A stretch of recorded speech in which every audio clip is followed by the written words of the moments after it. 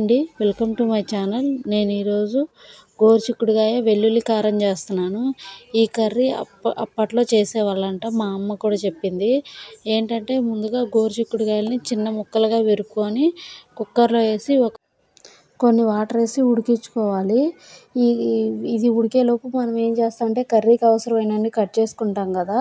నేను ఇప్పుడు క్యారేజ్కే రెడీ చేస్తున్నానండి ఈ కర్రీని.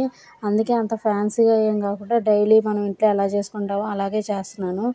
ఆనియన్స్ కట్ చేసుకొని కరివేపాకు రెడీగా పెట్టుకోండి. మనం కర్రీ చేసేటప్పుడు ఎప్పుడైనా అన్నీ రెడీగా పెట్టుకుంటాం కదా, అలా.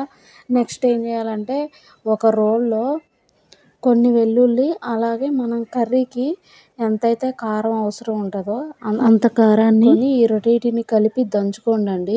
కొంచెం చిన్నగా దంచుకోండి, ఎందుకంటే కారం కళ్ళల్లో పడిద్ది. దంచుకున్నాక ఇవి రెండు ఇలా మెత్తగా మిక్స్ అవుతాయండి. ఈలోపు మన కర్రీకి అవసరమైన ఇవి కూడా ఉడికిపోతాయి. చూడండి, ఉడికిపోయినాయి. చూస్తున్నారు కదా, ఇవి తొందరగానే ఉడికిపోతాయండి. నెక్స్ట్ ఏం చేసుకోవాలంటే కొంచెం ప్యాన్ పెట్టుకొని దానిలో తాలింపు దినుసులు వేసుకోండి. ఇది వేసుకున్నాక మనం కట్ చేసుకున్న ఆనియన్స్ వేసుకోండి. ఆనియన్స్ వేసుకున్నాక మీకు ఇష్టం ఉంటే పచ్చిమిర్చి వేసుకోండి. ఇవి కొంచెం బాగా ఫ్రై అవ్వాలండి. ఇవి ఫ్రై అయ్యాక ఎండుమిర్చి వేసుకోవాలి.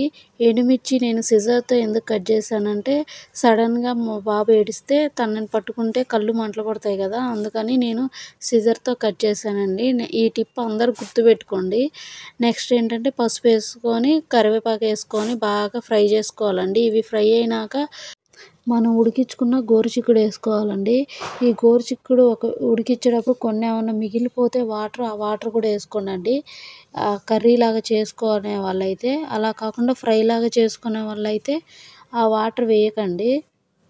ఇప్పుడు ఇవి ఉడుకుతుంటే కొంచెం ఉప్పు వేయండి.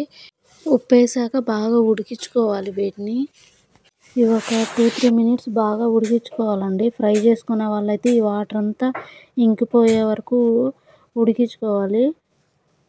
నెక్స్ట్ ఇదంతా ఉడికిపోయినాక మనం కారం ఉంది కదా, మనం దంచిన కారం, ఆ కారం వేయాలండి. ఆ కారం వేసాక ఒక 2 మినిట్స్ వరకు ఉడికిస్తే అంతే అండి, కర్రీ రెడీ అయిపోద్ది.